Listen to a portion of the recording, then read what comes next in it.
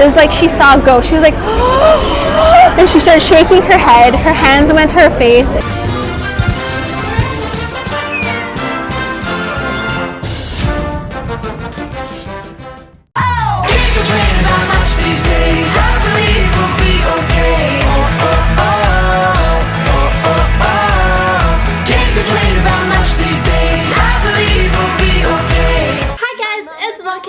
Welcome to the 40 Days of Growth. Today I have a very special guest for y'all. I feel like I don't have the right to say that word because I'm from Vancouver. We don't say y'all here. Today my friend Airly is going to be speaking to you about what she's been walking through with her relationship with her mom and parents, and basically how we should view God as our Father, which you guys are going to be so blessed from. Like, I don't know where I would have found this revelation from. I would have probably searched for this kind of affirmation for my entire life, or would have taken me 40 years if I was that privileged. But we have it right now. But before we get started, I want to tell you more about Airly and how I found this friend of mine.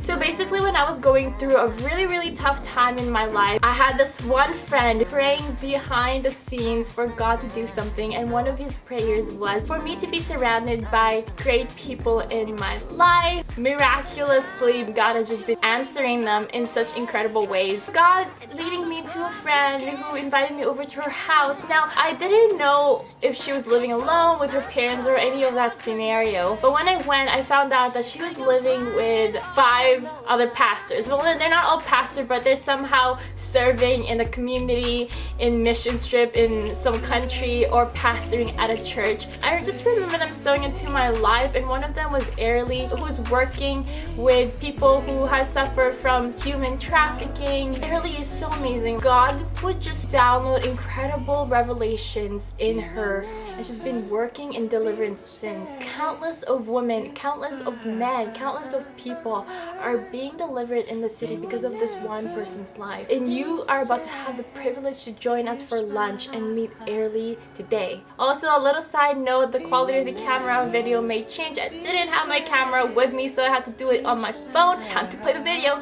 Hey! Hey! Airly? Yes? Start. Okay. I guess I'll start with giving you a bit of a testimony of something that happened when I was about 18 years old. I had grown up with a lot of verbal abuse from particularly my mother. There came a point in my life around that age that I started having the sense that I needed to pray. I just felt like I wasn't breathing unless I was praying. And I knew that God wanted to speak to me somehow. And I was really new to this. I didn't know anything about listening prayer. I didn't know a lot about the Holy Spirit. I had encountered him a few times, but I had this sense God wanted to tell me something. I really wanted to hear it. So every night I'd come home, close the door of my room, say hi mom, bye mom, close the door at 7 p.m., go to my room and pray until 2 in the morning. This continued on every day for over two months. And one night, at the end of that time, suddenly I finally had this sense that the Lord was asking me to go outside of my room and find my mom somehow and tell her that the words that she spoke to me were like poison to my soul.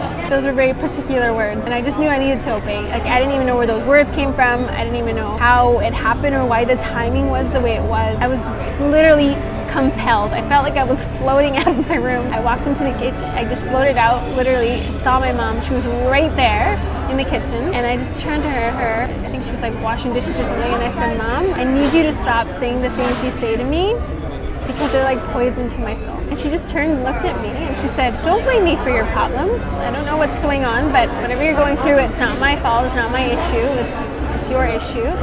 And I knew at that moment that I needed to start praying. There was nothing I could do. I just started praying, and I heard the words, you need to pray, put it in my eyes, put it in my eyes, put it in my eyes. And at that moment, I started praying that. I bowed my head down, I just started praying out loud, like, put it in my eyes, put it in my eyes. I wonder if my mom thought I was crazy. But I knew that the Lord was trying to say that He can't make anybody feel like we can't make anybody feel what we're feeling. We can't put what we're going through into someone else's heart and mind.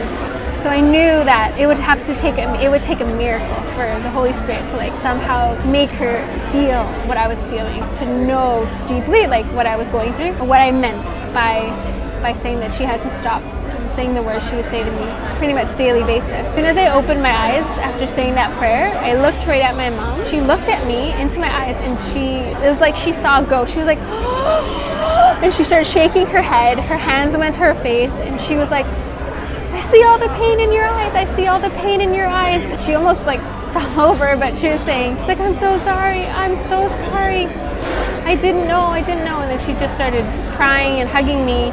And ever since that day, she had not ever really said any of those things to me ever again. So that itself is a total miracle. And that's a habit that she had my whole life. I know that that's a miracle. And that was the beginning of my healing and her healing and our whole entire family's healing. That was a catalyst, all this other healing that came afterwards. And it's still been a journey of healing. But from that moment forward, that was also a catalyst in my whole life. For every time that I needed to know that, is God with me? Is he there? One of the things I could always look back on that moment is that time when he literally showed up and miraculously healed some of the deepest wounding in us, in me, and in my family. The level of healing that I went through recently was cutting soul ties with my mom and my dad too. The Bible talks about different places where Jesus shows us what that means. One of the things that's really freed me up is learning about that. One of those things where, like, this is the story of Jesus when before he does his very first miracle. So before he starts to really enter into the fullness of his ministry, his mother says to him, hey, can you help these people get some wine going here? Or she didn't say that, but can you help these people? And he says to her, woman, what do I have to do with you?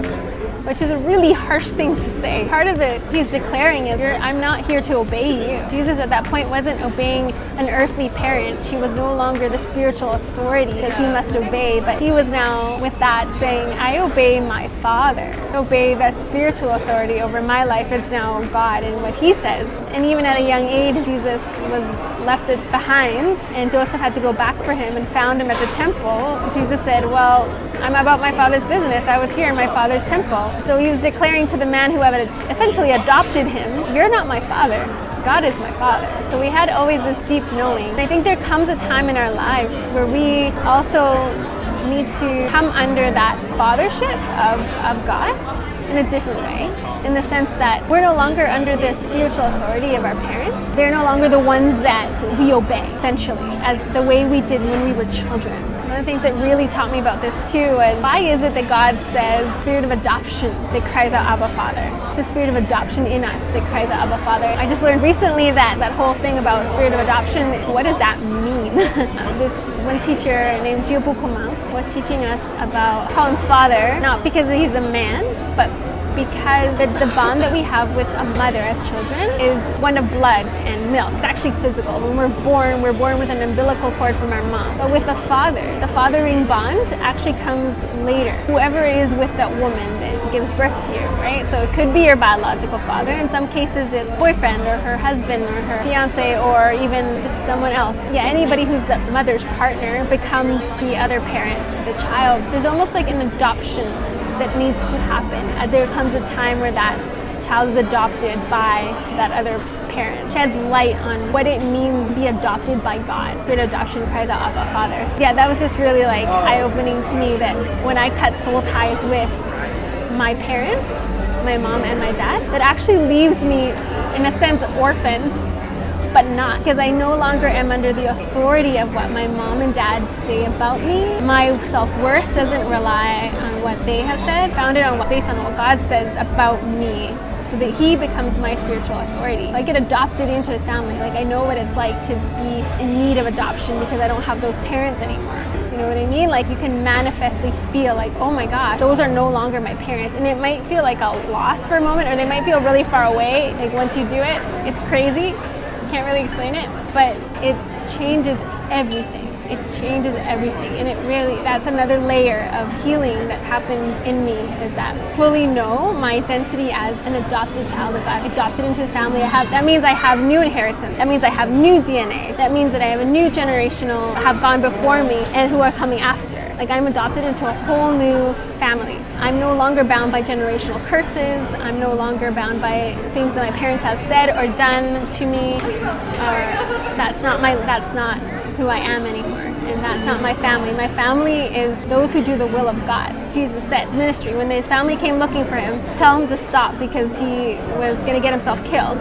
He said, who's my family? My family is those who do the will of God. He really understood his sonship, and he really understood what his DNA was, who his family was. It's been a whole other layer of healing that has set me free and allowed me to enter into learning about how to set other people free too.